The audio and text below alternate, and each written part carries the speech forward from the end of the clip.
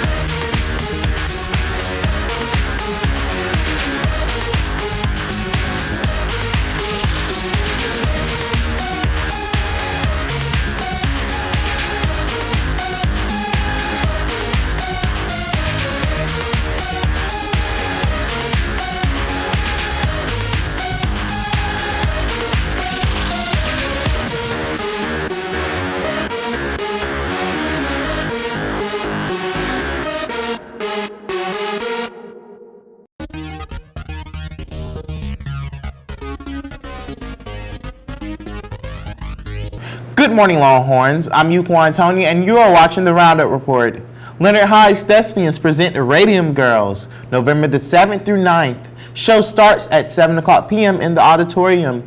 Tickets are $10 for adults and $5 for students. Boys basketball tryouts, 9th and 10th graders tryout on Monday, November the 4th, and 11th and 12th graders tryout on Tuesday, November the 5th. Wednesday is the final tryout day. All paperwork must be complete. Tryouts are right after school until 6. The Leonard 12 Plus students are collecting food to donate to a family in our Leonard High School community for the Thanksgiving holiday. This is part of their service learning project. They are accepting any non-perishable food from October the 14th to November the 8th. Students can bring their non-perishable food donations to room 307. Thanks to everyone in advance for your help. Thanks for watching the Roundup Report, where we grab the news by the horns. You probably know that every year on November 11th, Americans celebrate Veterans Day to honor the millions of men and women who have served or are serving in the nation's armed forces. But bet you didn't know the whole story behind the holiday.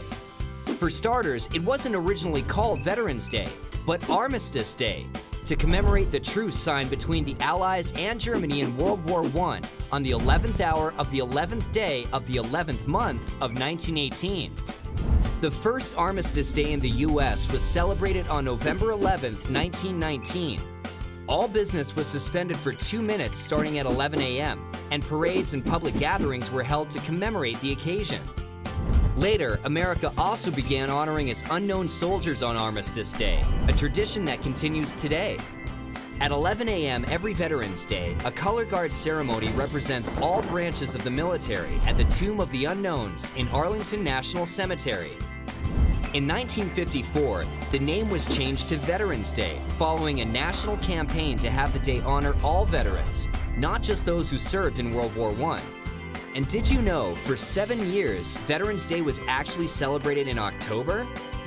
In 1968, Congress moved Veterans Day to the fourth Monday in October so that government employees could enjoy a long weekend. But in 1975, President Gerald Ford returned Veterans Day to November 11th due to the historical significance, and that's where it sits on the calendar today. And do you know the difference between Memorial Day and Veterans Day? Both of them honor those men and women who have served in the military, but Memorial Day honors America's war dead, while Veterans Day honors all American veterans, living and dead. The U.S. Census Bureau estimates that there are currently over 21 million living military veterans in the United States. More than 16 million of these served during times of war, while 5.5 million served during peacetime only. So this Veterans Day, don't forget to say thanks to some of the millions of men and women who have served our country.